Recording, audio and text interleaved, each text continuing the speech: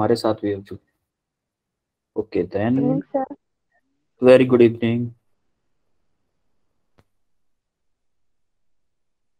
Screen दिख रही है आपको? Yes sir. Yes second law क्या पढ़े थे हम? सेकंड लॉ क्या था, कोई बताएगा? F equals to ma। F equal to M A. चलो ठीक है।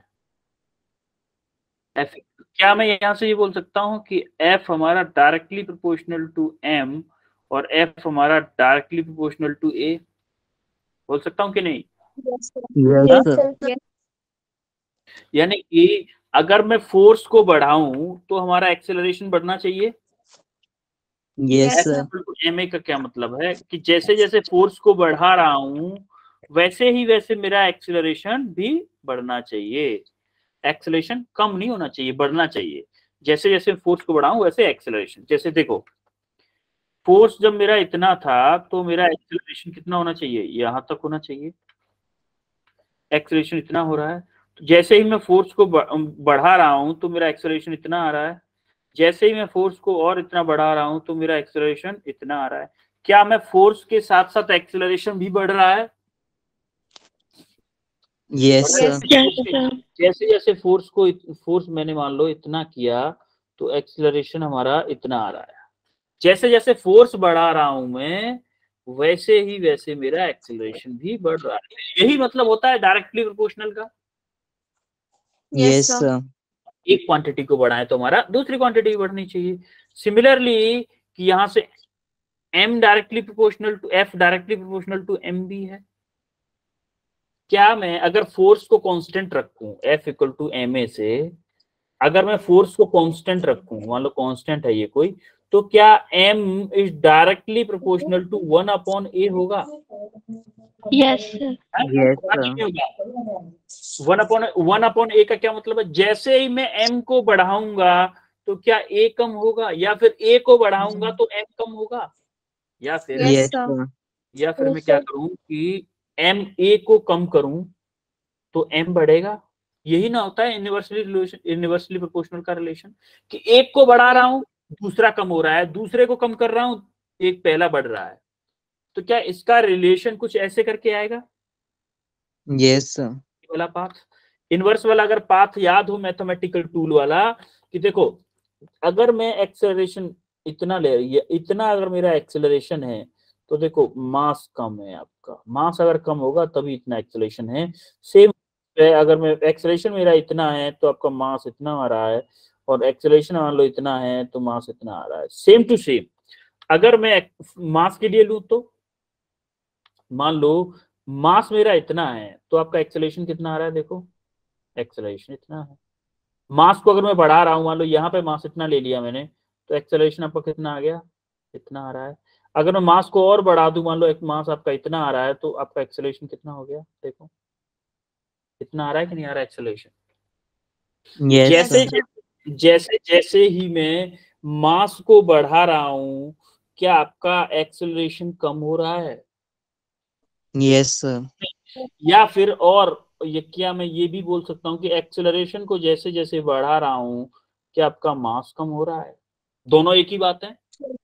यस एक क्वांटिटी को बढ़ा रहा हूं दूसरी क्वांटिटी कम हो रही है, तो इसका मतलब ये दोनों इनवर्सली प्रोपोर्शनल है। ये रही आपकी graphical representation in the sense कि फोर्स कैसे एक्सेलरेशन पे डिपेंड करता है, कैसे एक्सेलरेशन मास पे डिपेंड करता है। क्लियर है? यस अब देखो, अब हम आते हैं इम्पल्स पे। इम्पल्स हमने जहां तक प्रैक्टिकल फीलिंग ली थी, यहां से हम थोड़ा सा प्रैक्टिकल फील लेंगे कि हमारा इम्पल्स क्या होता है। इम्पल्स होता है हमारा change in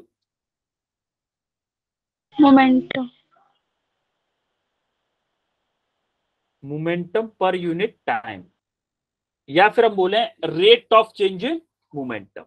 rate of change of momentum, rate of change of momentum. अब इस इंपल्स को एक और फॉर्मूले से लिखते हैं हम, एफ इंटू टी,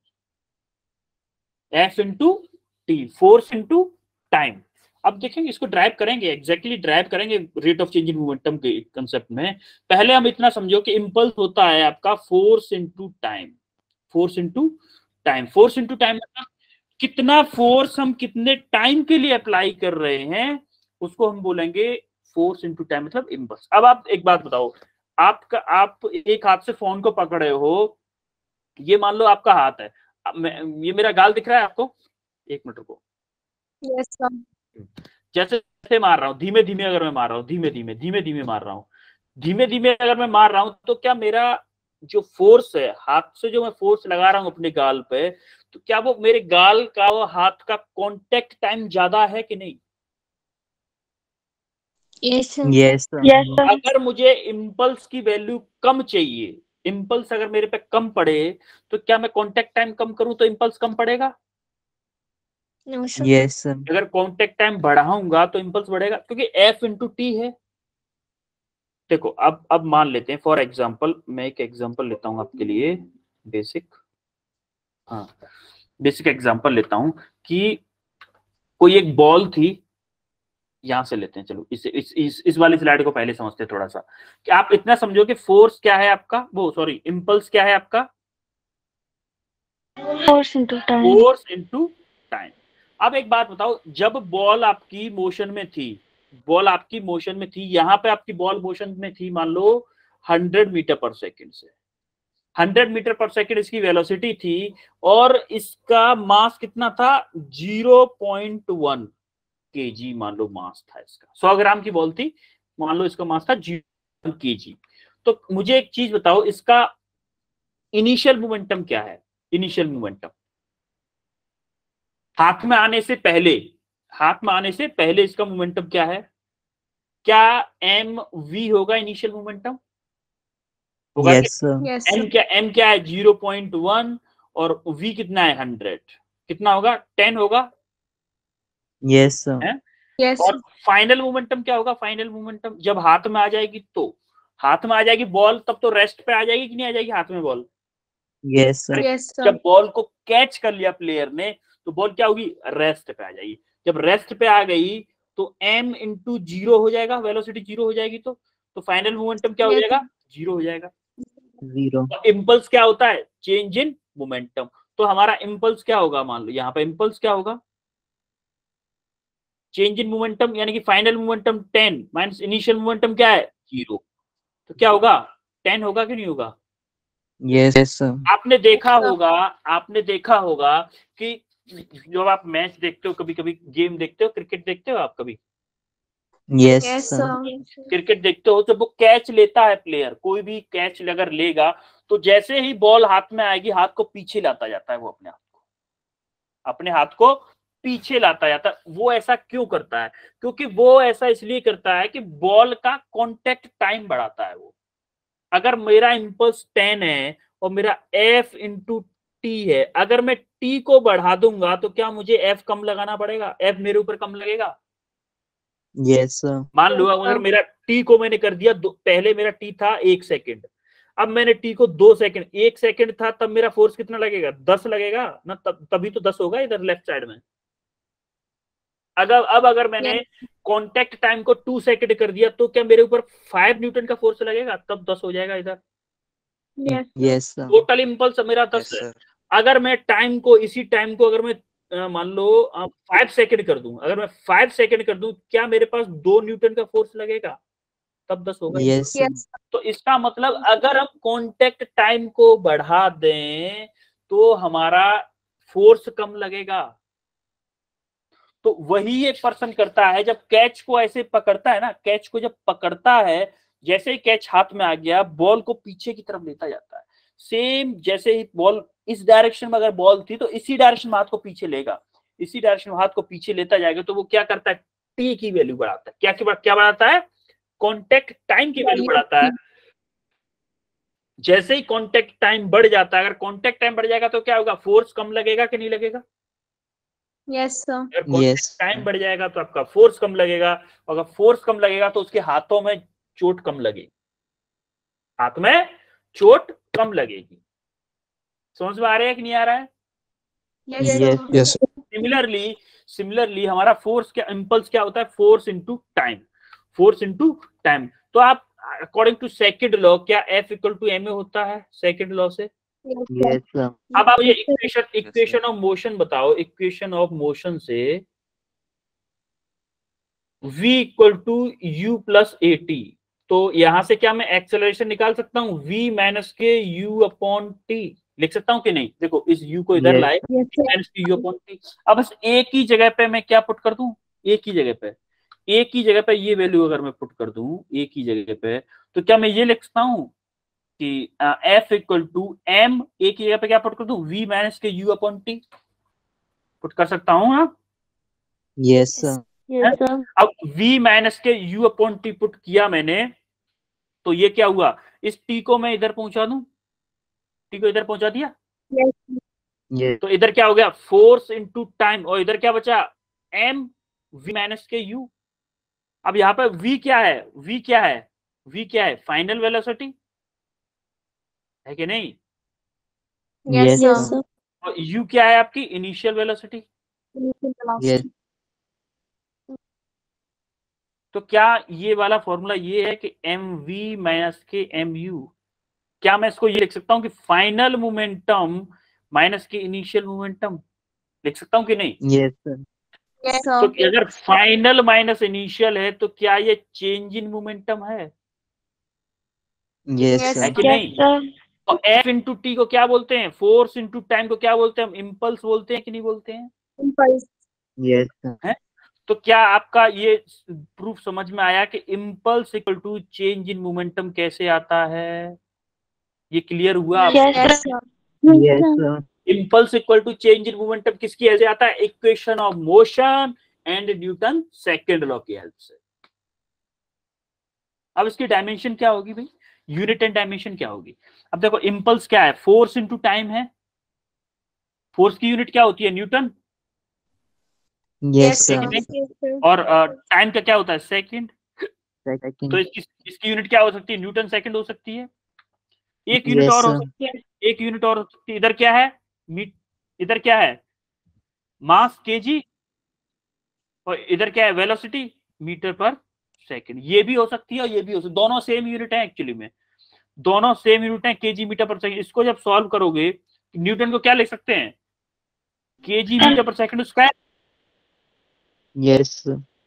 अरे यही तो लिखते हैं, mass into acceleration M A, Newton को kg into metre per second square, और साथ में क्या है, सेकंड। सेकंड से एक सेकंड कट जाएगा तो क्या आएगा, KG dot metre per second, यही तो आएगा, यही यूनिट इधर से आ रही है, आ रही है कि नहीं? Yes, Yes, sir. यूनिट क्या है, Yes, sir. Newton second unit I, या फिर हम इसको क्या बोल रहे हैं, केजी मीटर पर सेकंड। ये तो आपकी यूनिट आएगी। डायमेंशन क्या आएगी, डायमेंशन फॉर्मूला पे इम्पल्स क्या आएगा, केजी का क्या आएगा, एम एल टी माइनस 1। ये आपका क्या आएगा, डायमेंशनल फॉर्मूला। आपको देखो ये डायमेंशनल फॉर्मूले हमेशा याद रखने हैं, क्योंकि ये पूरी फिजिक्स में 11th 12th पूरी फिजिक्स में चलेंगे dimensional formula. Unit and dimension chapter कभी खत्म नहीं होता, उसके हमेशा डायमेंशनल फॉर्मूले ये हमेशा चलते रहते। कहीं से किसी भी चैप्टर की, किसी भी फिजिकल क्वांटिटी की, किसी भी नॉन फिजिकल क्वांटिटी, किसी की भी आपको पूछ सकता है डायमेंशन, यूनिट एंड डायमेंशन उस चैप्टर के अंदर में। क्लियर है? Yes, sir. Yes, sir. Impulse आपको क्लियर है, इम्पल्स क्या होता है? Yes, sir. Yes, sir. अब आते हैं इस वाली स्लाइड पे। जैसा कि हमने अभी देखा था कि जैसे ही हम टाइम को बढ़ा रहे हैं हमारा फोर्स कम हो जा रहा है। सेकंड एप्लीकेशन हम देखते हैं, इधर क्रशिंग हो रही है कार की, क्रश टेस्ट हो रहा है कार का। Yes, sir. अब Yes, sir. देखोगे, इधर देखोगे, ऊपर वाले में एयर बैग नहीं लगा हुआ है, ऊपर वाले में एयर बैग नहीं लगा है, नीचे वाले में एयर बैग लगा है। देखो जरा, Yes, sir.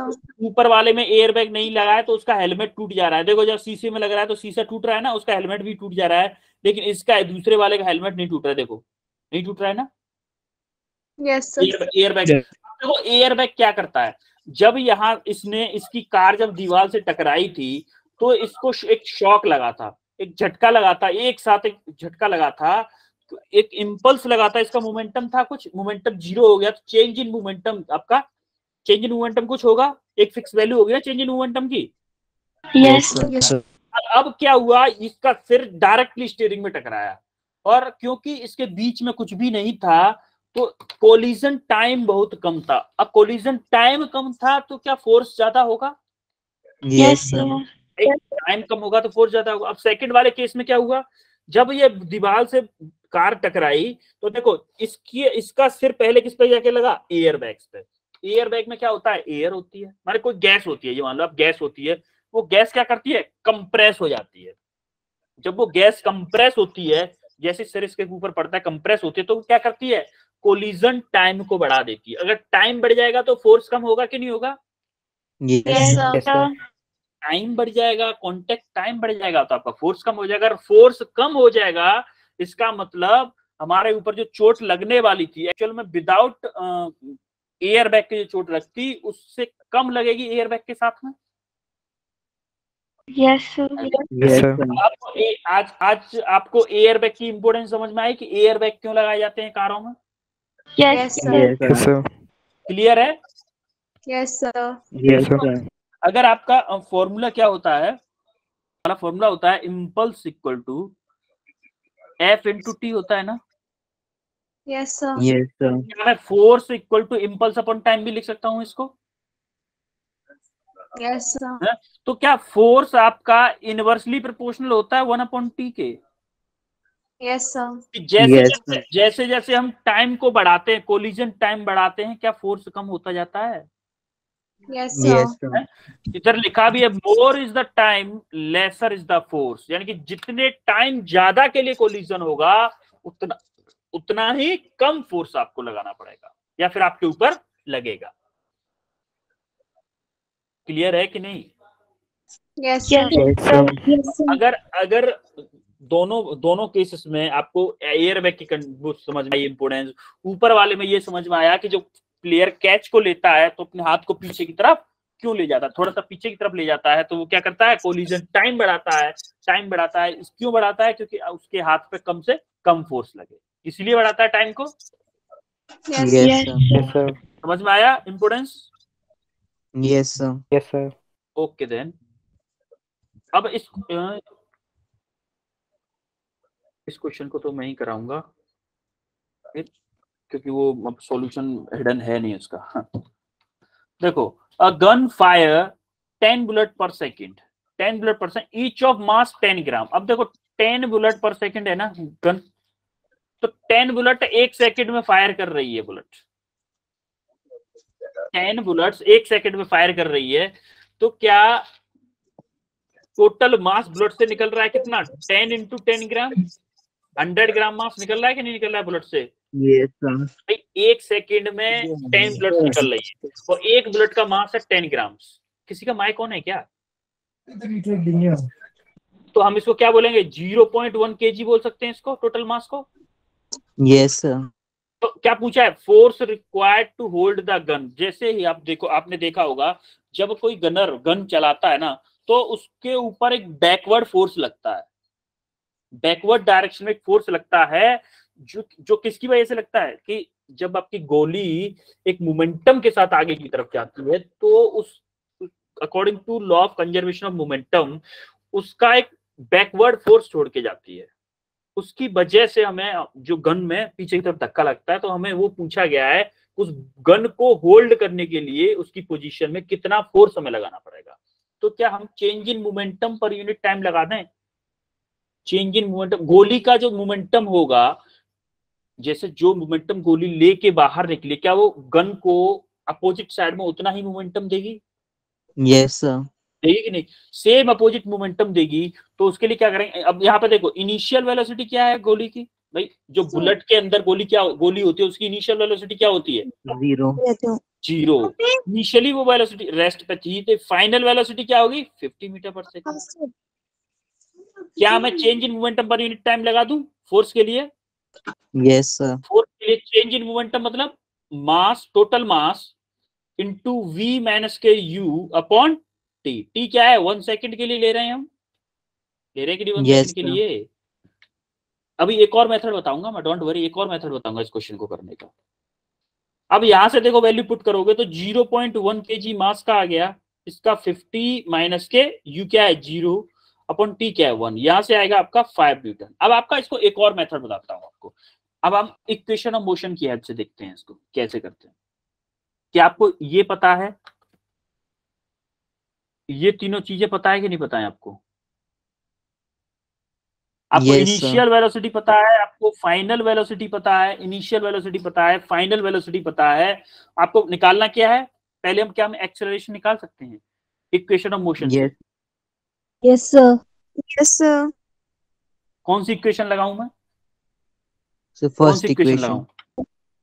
First equation v equal to u plus 80। 80. v दिया हुआ है 50, u क्या है आपका 0 प्लस a आपको निकालना है, t क्या है आपका 1 सेकेंड। आपका a क्या आया 50 मीटर पर सेकेंड इसका है। ये मेथड थोड़ा सा इससे इजी पड़ता है आपको। अब आपको क्या निकालना है, फोर्स निकालना है। तो आप force F equal to M A लगा दो। m क्या है आपका, m पर सेकंड कितना मास निकल रहा है 0.1 kg निकल रहा है कि नहीं, 1 सेकंड पर सेकंड। Yes, तो sir. m की जगह पे आप लगा दो 0.1 इंटू एक्सेलरेशन कितना आया है 50, तो आपका कितना आ गया 5 न्यूटन। 5. क्लियर है आपको कैसे आया, ये सेकंड मेथड भी क्लियर है। ये आपका अलग Yes, Yes, मेथड sir. है, ये आपका एक अलग मेथड है सेपरेट मेथड, और ये वाला मेथड आपका जो गिवन है वो यही है। क्लियर है कि नहीं सबको? Yes, sir. Yes, sir. अब ये क्वेश्चन करके बताओ 1 मिनट में, ये क्वेश्चन 1 मिनट में करना है आपको, only 1 minute, only 1 minute. Simple question है, एकदम सिंपल, करो फास्ट। आंसर कोई नहीं बताएगा, लेकिन आंसर नहीं बताया कोई, अपना होल्ड करके रखेंगे आंसर को। मैं पूछूंगा हैंड रेज कर लेंगे बस।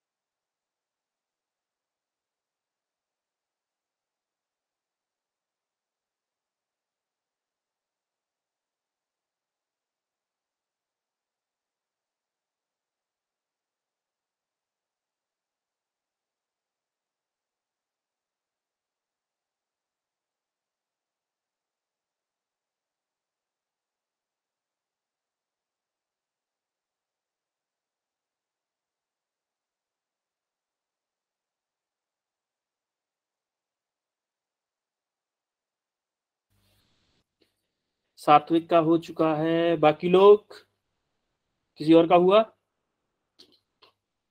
बहुत सिंपल क्वेश्चन था, सिंपल न्यूटन सेकेंड लॉ लगाना था यार, इसमें भी टाइम लगा रहे हो आप लोग। ओके, अंशिका शर्मा जी का हो गया।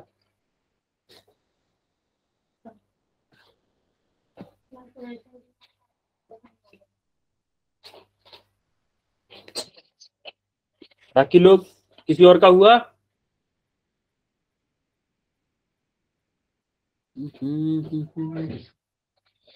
हर्ष का भी हो गया, हर्ष ने हिम्मत करके कर ही दिया। हर्ष कितना आया आंसर, हर्ष? So 8 Newton. 8 न्यूटन।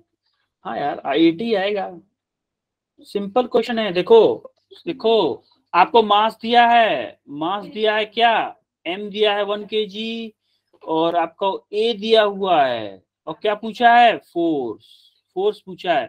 तो आप सिंपली लगा दो F equal to M A, F equal to M A लगा के, m क्या है 1 kg, a क्या है 8, कितना आ गया 8 न्यूटन। 8 न्यूटन। इस क्वेश्चन में यार आप इतना माइंड लगा रहे थे, छोटू सा क्वेश्चन था। हाँ बड़ू बड़ू क्वेश्चन अब आएगा, ये क्वेश्चन है, इसको करो। इसके लिए मैं आपको देता हूं 4 मिनट, इस क्वेश्चन को करो। इस क्वेश्चन के लिए मैं एक हिंट दे देता हूं आपको। आप फॉर्मूला लगाओगे कौन सा, impulse equal to change in momentum. क्या मैं फोर्स को, चल थोड़ा सा करो यार, मैं हिंट नहीं दूंगा, आप हिंट पे पहुंचो, खुद से पहुंचो। पहुंचो जरा, करो।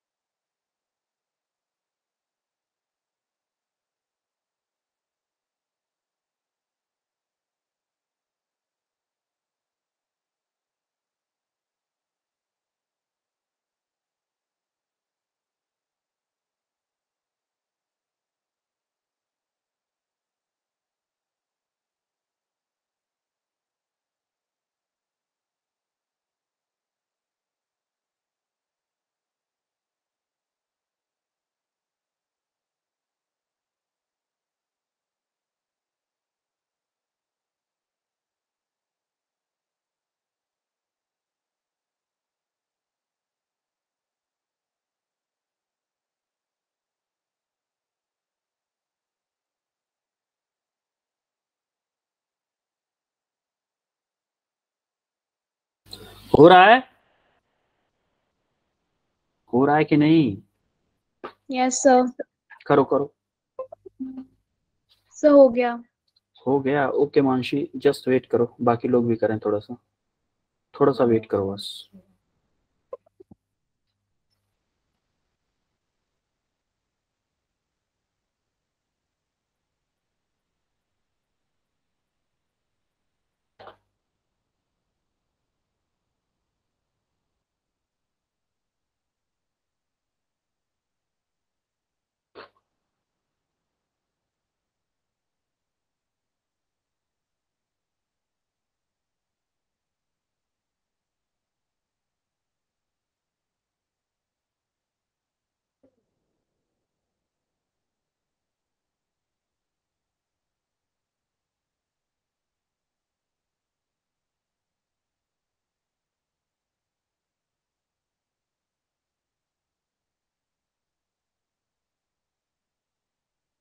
अच्छा, 2 लोगों का ही हुआ है क्या? भूपेंद्र कश्यप और मानसी, बाकी लोग?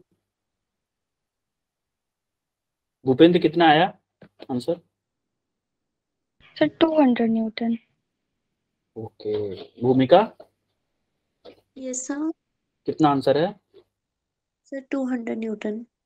मानसी, Sir, 200. परीक्षित,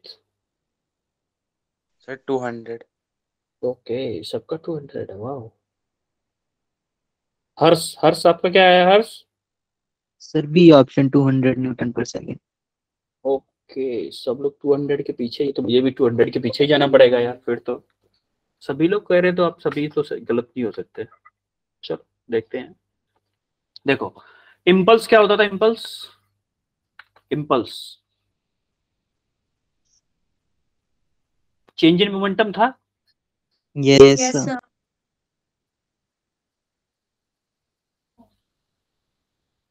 क्या मैं चेंज इन मोमेंटम को डीपी लिख दूं? Yes Yes, sir. sir.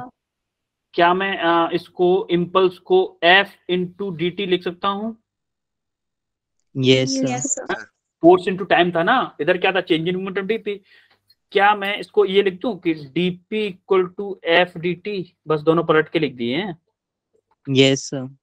F की वैल्यू पुट कर दूं, एफ की वैल्यू क्या है? इधर देखो एफ की 100 sin t, 190। 100 sin t dt, यही है। दोनों Yes. Yes, sir. इंटीग्रेट करो दोनों साइड। अब देखो इंटीग्रेट कर रहे हैं तो यहां से क्या है? इनिशियल मोमेंटम से फाइनल मोमेंटम डीपी होगा। इधर क्या आएगा? देखो इंटीग्रेशन में लिमिट कहां से कहां बोला है इसने? The value of impulse in time pi second, यानी कि 0 से पाई सेकेंड। तो लिमिट क्या होंगी आपकी? 0 से 0 to pi pi। Second 100 sin t into dt। इधर क्या हो जाएगा? Final momentum minus initial momentum होगा कि नहीं? इसको इंटीग्रेट करेंगे तो। Yes, और इधर Yes. क्या हो जाएगा? 100 आपका बाहर आ गया। साइन टी का इंटीग्रेशन क्या होगा? साइन टी का माइनस cos t। माइनस के कॉस टी, माइनस के कॉस टी, और लिमिट क्या होंगी? 0 से पाई। इधर देखो, इधर क्या हो जाएगा? इधर क्या हो जाएगा? चेंज इन मोमेंटम, यानी कि क्या मैं इसको इम्पल्स बोल दूं चेंज इन मोमेंटम को? Yes sir. Yes, sir. Impulse equal to ये 100 का 100 रहा। इधर देखो माइनस के कॉस, अपर लिमिट क्या है? पाई, Yes. माइनस माइनस माइनस क्या है? फॉर्मूले वाला माइनस है ये, माइनस फॉर्मूले वाला, ये माइनस कॉस का है, कॉस 0। क्लियर हुआ लिमिट कैसे लगाई है मैंने? Yes Yes, sir। sir. अब देखो ये क्या है आपका? 100 है, और इधर क्या हो जाएगा? इधर कॉस पाई की वैल्यू क्या होती है? -1। देखो माइनस ये फॉर्मूले का है, -1 वैल्यू आ गई आपकी, प्लस ओ सॉरी माइनस ये देखो cos 0 की वैल्यू क्या होती है? ये 1. माइनस पहले से थी, 1 होती है cos 0 की वैल्यू। तो यहां से क्या आ जाएगा आपका? 100 इंटू, देखो माइनस माइनस प्लस 1 हो जाएगा, माइनस माइनस प्लस 1 हो जाएगा, तो यहाँ पे क्या हो जाएगा? 2। यहाँ से क्या आ जाएगा? 200 न्यूटन सेकेंड। क्लियर है कैसे आया 200 Newton second? Yes, Yes. sir. सबको क्लियर है? Yes sir। Yes, sir. किसी को कोई कंफ्यूजन तो नहीं है? No, sir. No sir। Okay, अब ये आपके लिए गिफ्ट है एक छोटा सा, जिसको हम क्या बोलते हैं? होमवर्क। कल आपकी क्लास है, कल तो है ना class? Yes, Yes sir. sir। कल के बाद में क्लास नहीं होगी, तो कल मैं आपको अभी तक के 3 दिन के पूरे नोट्स, क्लास नोट्स, और विद इसका असाइनमेंट, ये वाला असाइनमेंट का सॉल्यूशन, तीनों चीजें कल आपको शेयर करूंगा कल की क्लास के बाद में। तो कल इसका ये वाला असाइनमेंट आप करके लाओगे होमवर्क में, तीनों के तीनों क्वेश्चन करके लाओगे आप, ठीक है? Yes, sir. कोई doubt? Yes sir। Yes, sir. इसका सॉल्यूशन मैं आपको कल प्रोवाइड कराऊंगा, इसका सॉल्यूशन आपको कल प्रोवाइड कराऊंगा मैं इसका सॉल्यूशन आपको, ठीक है? Yes, sir. Yes sir। अब हम आते हैं न्यूटन थर्ड लॉ पे। न्यूटन थर्ड लॉ क्या होता है अभी? क्या होता है third law? To every action there is Every an action has opposite its equal reaction. and opposite reaction। Yes, to every action there is an equal and opposite reaction. इसका मतलब feeling क्या होती है भाई? जैसे अगर मैं किसी को थप्पड़ मारूंगा तो वो भी मुझे थप्पड़ मारेगा। होगा कि नहीं? Yes Yes, sir. ऐसा करना नहीं है, ऐसा करना नहीं है, ऐसा नहीं करना कि मुझे न्यूटन का थर्ड लॉ देखने किसी को थप्पड़ मार दो। कोई अगर आपसे दिखा हुआ बॉडी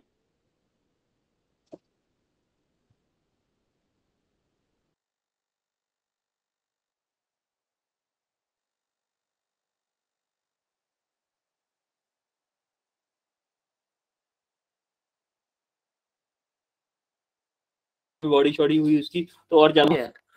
आप में भी लगती है कि नहीं? Yes, sir. अगर आप वॉल के पास में बैठे हुए हो, अगर आप लोग वॉल के पास में बैठे हो, आप दीवार को ठोको जरा, जोर से ठोकना लेगा, थोड़ा सा लगे आप में, फील हो कि हाँ लग रही है आप में, ऐसे ऐसे ऐसे। आवाज आ रही है आपके पास मेरे? Yes sir Yes, sir. ऐसे अगर आप ठोकोगे तो आपके हाथ में लगेगी। हाथ में क्यों लग रही है भाई? क्यों लग रही है आपके हाथ में? Sir, आप तो reaction को- दीवार में मार रहे हो ना, आपको क्यों लग रही है? Sir, दीवार अब reaction को- रिएक्शन हाँ, जितने फोर्स से हम दीवार को मार रहे हैं उतने ही फोर्स से अपोजिट डायरेक्शन में दीवार भी हमें मार रही है। अब हम दीवार में थप्पड़ मार रहे हैं मतलब दीवार भी हमें थप्पड़ मार रही है। Same force opposite in nature. हम अगर इस डायरेक्शन में दीवार में मार रहे हैं तो दीवार हमें इस डायरेक्शन में मार रही है। समझ में आ रहा है? Yes, अब sir. देखो इधर Yes, इस वाले बंदे को देखो, बोट में जब ये दौड़ के आ रहा है ना, बोट में दौड़ के आ रहा है, तो जब यहां से कूद के यहाँ पे जब गिर रहा है, ग्राउंड पे कूद रहा है, तो बोट थोड़ा सा पीछे की तरफ फिसल जा रही है। देख रहे हो आप? Yes, पीछे की sir. तरफ फिसल रही है। क्यों फिसल रही है, कोई बताएगा मुझे? क्यों फिसल रही है? रिएक्शन हाँ? सर मैन जो है आगे की ओर रिएक्शन हाँ, एक्शन कर रहा है। एक्शन कर रहा है, उसका रिएक्शन फोर्स बोट पे लग रहा है पिच्छू की तरफ। मैन जो था आगे की तरफ कूद के जा रहा है, तो वो रिएक्शन फोर्स किसको छोड़ जा रहा है? बोट की तरफ में। बोट को पीछे की तरफ धकेल के खुद आगे की तरफ भाग रहा है। जैसे ही हम एक जगह से दूसरी जगह कूदते हैं ना, तो उस जगह को जितना ऊंचाई तक हम कूदते उतने ही फोर्स से पीछे की तरफ धकेल के आगे की तरफ बढ़ते हैं। जैसे ही ये बोट यहां से लास्ट पैर अपना उठाएगा, तो उस पैर से बोट को पीछे की तरफ फेंकेगा और अपना खुद आगे की तरफ बढ़ जाएगा। तो जैसे कि इस पैर से जो आगे की तरफ भगेगा, इसे हम बोलते हैं ये एक्शन, और उस पैर से जो पीछे की तरफ छोड़ेगा उसे हम बोलेंगे क्या? रिएक्शन। तो ये बोट पीछे की तरफ जो हट रही है वो किसकी वजह से हट रही है? रिएक्शन फोर्स की वजह से। रिएक्शन फोर्स की वजह से। तो अभी आप इधर देख रहे हो, ये दिख रहा है आपको रॉकेट? Yes sir. दिवाली वाला रॉकेट है ये, दिवाली वाले रॉकेट में आपने देखा होगा कि कैसे उड़ता है दिवाली वाला रॉकेट। पीछे कुछ आग जलती है ना, उसके पीछे कुछ आग जलती है, शायद उसकी वजह से उड़ता है मेरे ख्याल से, कि कुछ और होता है। यस सर देखो एक्चुअली में होता क्या है कि आगे कुछ ऐसे ही एक लंबा सा पार्ट होता है, उसके पीछे एक फितली टाइप की चीज है, तो उसमें हम आग लगाते हैं। उसमें जैसे ही आग लगाते हैं तो उसके अंदर क्या होता है? एक्सप्लोसिव मटेरियल होता है, वो जलता है। वो क्या करता है? हैवी गैस और कुछ आग के साथ में पीछे की तरफ फेंकता है। तो जैसे ही वो पीछे की तरफ फेंक रहा होता है, तो वो एटमॉस्फेयर को पीछे धकेलता है। एटमॉस्फेयर से बोलता है भाई पीछे हट। एटमॉस्फेयर से पीछे हटने के लिए बोलते तो एटमॉस्फेयर भी उसके ऊपर फोर्स लगाता है ना। जैसे ही वो गैसेस उसमें से, उसके पीछे से जो गैस निकलती है, फायर निकलती है, वो एटमॉस्फेयर के ऊपर फोर्स लगाती है, तो वो भी एटमॉस्फेयर भी उनके ऊपर एक फोर्स लगाता है। जो गैसेस होती हैं वो मान लो डाउनवर्ड डायरेक्शन में फोर्स लगाती है, तो एटमॉस्फेयर लगाता है, जिसको हम अपवर्ड रिएक्शन फोर्स बोलते हैं। अपवर्ड रिएक्शन फोर्स बोलते हैं, वो ऊपर की डायरेक्शन, अपवर्ड डायरेक्शन लगाता है। और इसी अपवर्ड रिएक्शन फोर्स की वजह से क्या होता है? रॉकेट हमारा ऊपर की तरफ उड़ जाता है, ऐसे करके। समझ में आ रहा है? Yes sir. कैसे उड़ रहा है ये? यस सर हाँ? सर वैक्यूम में उड़ सकते हैं। हाँ? वैक्यूम सर में? वैक्यूम में नहीं उड़ते बेटा। वैक्यूम में आपका न्यूटन का थर्ड लॉ कहां से लाओगे? स्पेस में रॉकेट्स नहीं उड़ते। स्पेस में रॉकेट्स बेटा देखो, स्पेस में क्या होता है, हम एक स्पीड तक ले जाते हैं उसको, स्पेस में उड़ाने की मैकेनिज्म अलग होती है, न्यूटन के थर्ड लॉ से नहीं उड़ते वो। स्पेस में क्या होता है, ग्रेविटेशन फोर्स भी तो नहीं होता। स्पेस में क्या होता है, ग्रेविटेशन एक्सेलरेशन होता है क्या स्पेस में, ये बताओ आप मुझे पहले।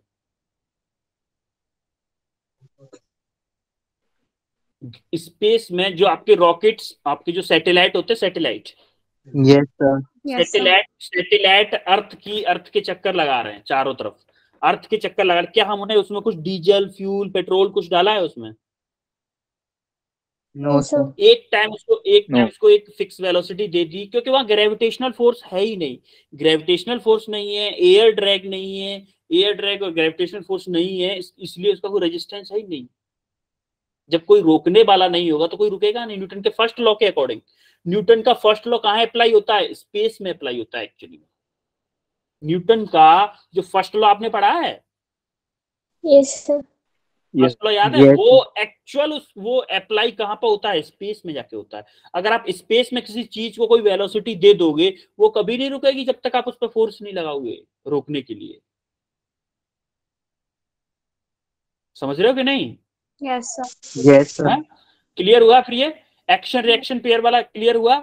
Yes, sir. Yes, sir. Yes. इस पे ये समझ में आया कैसे उड़ता है? अब देखो एक्शन रिएक्शन पेयर होता कैसे है। देखो एक्शन रिएक्शन जो पेयर होता है अकर साइमल्टेनियसली। पहली बात तो जो एक्शन रिएक्शन का जो पेयर होता है वो सेम टाइम पे लगता है। जिस टाइम पे मैं दीवार को थप्पड़ मार रहा था, उसी टाइम पे दीवार मुझे थप्पड़ मार रही थी कि नहीं? Yes, sir. Yes. मेरे हाथ में Yes. अगर लग रही थी, जैसे ही मैंने दीवार में थप्पड़ मारा वैसे ही दीवार मेरे हाथ में थप्पड़ मार रही थी। तो ये दोनों के दोनों एक्शन और रिएक्शन दोनों साइमल्टेनियसली हो रहे थे, Yes, sir. Occur simultaneously. और opposite in direction, opposite direction में थे कि नहीं थे? अगर मैं उसको लेफ्ट में ऐसे दीवार को थप्पड़ मार रहा हूं तो मेरे हाथ के जस्ट अपोजिट डायरेक्शन, ऐसे अगर मैं दीवार को मार रहा हूं तो ऐसे फोर्स लगाएगी दीवार मेरे हाथ पे। मैं अगर ऐसे फोर्स लगा रहा हूं तो दीवार मेरे पे ऐसे फोर्स जस्ट अपोजिट लगाएगी कि नहीं? और act along the same line, act along the same line. अगर मैं हाथ को पीछे से ऐसे मार रहा हूं, आगे की तरफ से मार रहा हूं, तो पूरे हाथ को अगर दीवार से टच कर रहा हूं तो पूरे हाथ पे सेम लाइन के एक्सिस, जिस पॉइंट से जितना फोर्स लगा रहा है उसी लाइन के एक्सिस में, अपोजिट सेम लाइन में, जिस लाइन में एक्शन फोर्स लग रहा होगा उसी लाइन ऑफ एक्सिस में रिएक्शन फोर्स लगेगा। और डिफरेंट ऑब्जेक्ट यानी कि अगर मैं दीवार पे लगा रहा हूं, मेरे हाथ से तो दीवार पे रिएक्शन फोर्स लग रहा है और दीवार मेरे हाथ पे लगा रही है। दोनों ऑब्जेक्ट अलग अलग हैं कि नहीं? एक है दीवार, एक है मेरा हाथ। तो मैं जब फोर्स लगा रहा हूं वो मेरे हाथ की वजह से दीवार पे लग रहा है, और दीवार जो मेरे ऊपर लगा रही है वो दीवार की वजह से मेरे हाथ पे लग रहा है। फोर्स सेम है, एक्शन रिएक्शन, लेकिन ऑब्जेक्ट डिफरेंट है। एक दीवार पे लग रहा है, एक फोर्स मेरे हाथ पे लग रहा है। समझ में आ रहा है कि नहीं आ रहा है? Yes, sir. Equal in magnitude and same in nature. Equal in magnitude मतलब जो एक्शन रिएक्शन का जो पेयर होता है उनका मैग्नीट्यूड क्या होता है? Equal Equal. होता है। Equal. और सेम नेचर मतलब अगर मैं किसी को कंप्रेस कर रहा हूं, दीवार को अगर मैं कंप्रेस कर रहा हूं तो दीवार भी मेरे हाथ को कंप्रेस ही करेगी। Yes, sir. है? अब देखो सेम ये वाला अलोंग द सेम लाइन वाला थोड़ा सा यहां से भी क्लियर होगा आपको। जैसे कि मान लो ये आपके स्फीयर था, इस क्यूब के ऊपर रखा हुआ है, तो क्या स्फीयर इस पे एक नॉर्मल रिएक्शन लगाएगा अपने वेट की वजह से? लगाएगा Yes, कि नहीं sir. लगाएगा? नीचे की तरफ इस क्यूब के ऊपर एक नॉर्मल रिएक्शन लगी n, तो क्या जो स्फीयर इसके क्यूब के ऊपर नॉर्मल रिएक्शन लगाएगा वही नॉर्मल रिएक्शन सेम मैग्नीट्यूड की अपोजिट इन डायरेक्शन क्यूब भी लगाएगा स्फीयर के ऊपर? Yes, sir. भाई क्यूब भी तो स्फीयर के ऊपर कुछ नॉर्मल रिएक्शन लगाएगा कि नहीं? Yes, sir. तो ये जो ऊपर वाली नॉर्मल रिएक्शन है वो क्यूब के द्वारा लगाई गई है स्फीयर के ऊपर, और जो नीचे वाली नॉर्मल रिएक्शन है वो स्फीयर के द्वारा लगाई गई है क्यूब पर। क्या ये दोनों ऑब्जेक्ट डिफरेंट हैं कि नहीं? भाई एक क्यूब Yes, है, sir. एक क्यूब है, वो सॉरी स्फीयर है, एक आपका क्यूब है। तो रिएक्शन सेम मैग्नीट्यूड है, अपोजिट डायरेक्शन है, लेकिन ऑब्जेक्ट डिफरेंट है दोनों। एक स्फीयर है, एक आपका क्यूब है। समझ में आ रहा है कि नहीं? Yes, sir. क्लियर है सारे पॉइंट आपको? Yes, sir. Yes, sir. आगे बढ़े, सबको क्लियर है? Yes, Yes, sir. sir. Okay, अब हम आते हैं एक्शन रिएक्शन के पेयर पे। अब देखो, जैसे आप ग्राउंड पे जब आप आगे की तरफ चलते हो, जब चलते हो आप, तो आपका जो वेट होता है वो जब आप चलते हो ना, तो आप पीछे का हिस्सा पहले उठता है पैर का, आगे वाला हिस्सा, ये वाला हिस्सा कांटेक्ट में रहता है, अर्थ के कांटेक्ट में रहता है। तो आपका जो वेट होता है वो किसी एंगल पे लगता है। मान लो ये वाला किसी एंगल पे लग रहा है, आपका ये क्या है? एक्शन। यानी कि किसकी वजह से एक्शन है? आपके वेट की वजह से। जो आपका वेट है वो एक्शन की फॉर्म में लग रहा है, उसी एंगल से ग्राउंड भी आपके ऊपर फोर्स लगाती है, उसे क्या बोलते हैं? रिएक्शन। ग्राउंड भी आपके ऊपर एक फोर्स लगाती है, उसको हम क्या बोलते हैं? रिएक्शन। या फिर बोले हम नॉर्मल रिएक्शन। एक ही, दोनों चीजें एक ही है, नॉर्मल रिएक्शन बोलो या रिएक्शन बोलो। समझ में आ रहा है कि नहीं आ रहा है? Yes, sir. है? अब देखो इधर देखो, ये जो दादी हैं, ये दादी इस कुर्सी के ऊपर बैठ रही हैं। हाँ? ये जैसे ही मान लो दादी का वेट था 60 केजी, है ना? 60 केजी, इसका मतलब 600 न्यूटन हो गया वेट। Yes, sir. अब ये देखो, अगर ये दादी इस चेयर पे बैठ रही थी तो क्या अपना 600 न्यूटन वेट चेयर पे लगा रही थी? लगा रही थी कि नहीं? Yes, sir. अब अगर चेयर, मान लो चेयर थी थोड़ी वीक, चेयर अगर हमारी थोड़ी वीक थी, तो क्या चेयर को भी दादी पे 600 न्यूटन वेट फोर्स लगाना चाहिए था कि नहीं चाहिए था? Yes, sir. लेकिन चेयर की उतनी कैपेसिटी नहीं है कि आंटी के ऊपर, वो सॉरी दादी के ऊपर 600 न्यूटन का फोर्स लगा सके। चेयर की उतनी कैपेसिटी है ही नहीं कि 600 न्यूटन का फोर्स लगा सके। अगर चेयर की इतनी कैपेसिटी नहीं है तो चेयर के देखो पैर हिल रहे हैं कि नहीं हिल रहे हैं? पैर देखो, पैर Yes. हिलते हैं चेयर के और चेयर टूट जाती है। चेयर क्यों टूटी, इसका मतलब समझ में आया? Yes, sir. अगर कोई आइटम किसी फोर्स को लगाने से टूट जाता है तो वो क्यों टूटता है? कि मान लो कोई टेबल थी, मान लो उसके ऊपर आपने 1000 केजी का फोर्स लगाया। कितना? 1000 न्यूटन मान लेते हैं, चलो 1000 न्यूटन। और वो बीच में से टूट गई। क्यों टूट गई है? वो इसलिए टूट गई क्योंकि जब इसके ऊपर 1000 न्यूटन का फोर्स लगाया तो ये 1000 न्यूटन का रिएक्शन फोर्स लगा नहीं पाई। ये 1000 न्यूटन का इसका जो रिएक्शन फोर्स था वो क्या था? लेस देन 1000 फोर्स लगा पाई, लेस देन 1000 न्यूटन फोर्स लगा पाई। इसीलिए ये क्या हो गई? ब्रेक हो गई। अगर ये 1000 न्यूटन का फोर्स लगा पाती तो क्या ये ब्रेक होती? तो ये No, ब्रेक sir. नहीं होती। क्योंकि ये अगर 1000 न्यूटन का फोर्स लग रहा है उसके ऊपर, तो इसको रिएक्शन के टर्म में भी इसको 1000 न्यूटन फोर्स लगाना पड़ेगा, तभी सेफ रह सकती है, अदरवाइज ये ब्रेक हो जाएगी। और ब्रेक ये जैसे चेयर हुई है। समझ में आ रहा है कि नहीं? Yes, sir. Yes, sir. अब हम पढ़ते हैं न्यूटन्स लॉज ऑफ मोशन। हमने जो पढ़ा अभी तक हमने क्या क्या पढ़ा है? देखो, फर्स्ट लॉ पढ़ा हमने। फर्स्ट लॉ क्या पढ़ा है? A body maintain its state of inertia unless and until acted. अरे सिंपल सी बात, एक ही बात है कि अभी तक हम क्या पढ़े? फर्स्ट लॉ क्या पढ़े थे? कि अगर कोई बॉडी, कोई ऑब्जेक्ट मोशन में है या रेस्ट पे है, वो अपनी स्टेट को कंटिन्यू रखेगा अनटिल अनलेस उसके ऊपर कोई एक्सटर्नल फोर्स न लगाया जाए। यही तो first law. Yes, sir. Satvik, second law क्या था? सात्विक,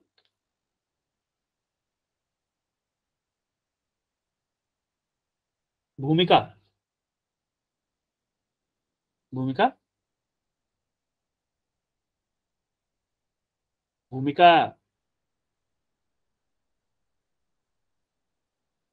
Mansi, Sir, F equals to ma. F equal to M. अब थोड़ा मोमेंटम के टर्म में बता दो। The rate of change of time, the rate of change of momentum is directly proportional to the force applied. Yes yes yes yes. या हम बोले उसको net unbalanced force, the magnitude of net unbalanced force is directly proportional to rate of change in momentum of any object is called Newton second law. Third law क्या था? Every action have their equal and opposite reaction. या फिर क्या बोले हम कि कोई भी फोर्स, जो भी हम नेचर में फोर्स होता है, वो कभी भी सिंगल नहीं जनरेट होता, वो हमेशा एक पेयर में जनरेट होता है। जैसे कि हमारा एक्शन के साथ में एक रिएक्शन पेयर जनरेट होता है। जैसे कि हमारा कोई ऑब्जेक्ट है, मान लो, इसके बाद में क्या है, कॉन्टैक्ट और नॉन कॉन्टैक्ट, ये तो कल ही होगा। कॉन्टैक्ट एंड नॉन कॉन्टैक्ट दो टर्म है। देखो मान लो ये कोई ऑब्जेक्ट है, ये कोई ऑब्जेक्ट, अगर मैं इसके ऊपर कोई एफ फोर्स लगा रहा हूं, अगर ये इक्विलिब्रियम में है, EQUI, अगर ये इक्विलिब्रियम में है, तो अगर मैंने इसके ऊपर एक फोर्स लगाया है, तो इसके ऊपर मान लो आगे चल के हम पढ़ेंगे तो एक नीचे आ जाता है एक फ्रिक्शन फोर्स। आता है कि नहीं? आप थोड़ा सा पढ़े होंगे फ्रिक्शन फोर्स। अच्छा एक चीज बताओ, फ्रिक्शन फोर्स ये जो फोर्स अप्लाई करते हैं इसकी वजह से आता है या फ्रिक्शन फोर्स की वजह से? ऑलरेडी फ्रिक्शन फोर्स होता है वहां पे। पढ़ेंगे आगे हम फ्रिक्शन फोर्स के बारे में पढ़ेंगे डिटेल में, बस मैं थोड़ा सा जानना चाह रहा हूँ आप लोगों से। जैसे कि कोई ब्लॉक की वजह से आता हूँ। कोई ब्लॉक रखा हुआ है यहाँ पे, कोई ब्लॉक रखा हुआ है यहाँ पे, कोई ये ब्लॉक रखा है, क्या इसमें फ्रिक्शन फोर्स है? No sir. नो, क्योंकि जब तक मैं फोर्स नहीं लगाऊंगा फोर्स, तब तक फ्रिक्शन फोर्स जनरेट होगा ही नहीं। जैसे ही ये मान लो 10 न्यूटन का फोर्स लगाया, तब जाके कुछ भी फ्रिक्शन फोर्स क्रिएट होगा। तो अगर ये इक्विलिब्रियम में है, अगर ये ब्लॉक इक्विलिब्रियम में है, तो क्या होगा हमारा? इक्विलिब्रियम में क्या होगा हमारा? 10 न्यूटन होगा फ्रिक्शन फोर्स के equal. Maximum friction force, maximum value बता रहा हूं, मैक्सिमम फ्रिक्शन फोर्स 10 न्यूटन होगा हमारा। तो क्या एक्शन रिएक्शन हो रहा है? इसको मैं बोलूं एक्शन, तो क्या फ्रिक्शन फोर्स को रिएक्शन पेयर बोल दूं? है कि नहीं रिएक्शन?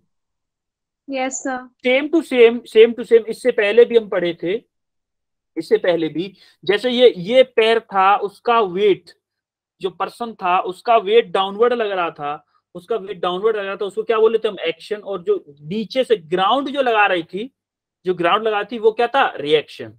वो रिएक्शन पे जैसे सिमिलरली ये जो चेयर टूटी थी, दादी की चेयर क्यों टूटी थी? क्योंकि ऊपर से जो वेट लग रहा था, जो आपका वेट लग रहा था, उस वेट का exactly equal reaction pair, exactly reaction force chair लगाने के लिए पॉसिबल नहीं था चेयर के लिए, मतलब स्ट्रेंथ कम थी उसकी, इसीलिए ब्रेक हो गई थी। Yes sir. ठीक नहीं, इसलिए ना ब्रेक हुई थी। एक इससे पहले यही एग्जांपल थे न्यूटन थर्ड लॉ के।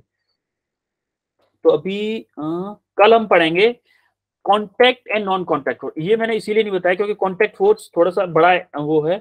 कॉन्टैक्ट एंड नॉन कॉन्टैक्ट दोनों, पूरा कॉन्टैक्ट फोर्स एक टर्म है, उसके बाद नॉन कॉन्टैक्ट आएगा, तो सारे के सारे एक साथ पढ़ते हैं तो ज्यादा इजीली समझ में आता है। तो कल भी हमारी क्लास है, कल है हमारा 8th of Feb।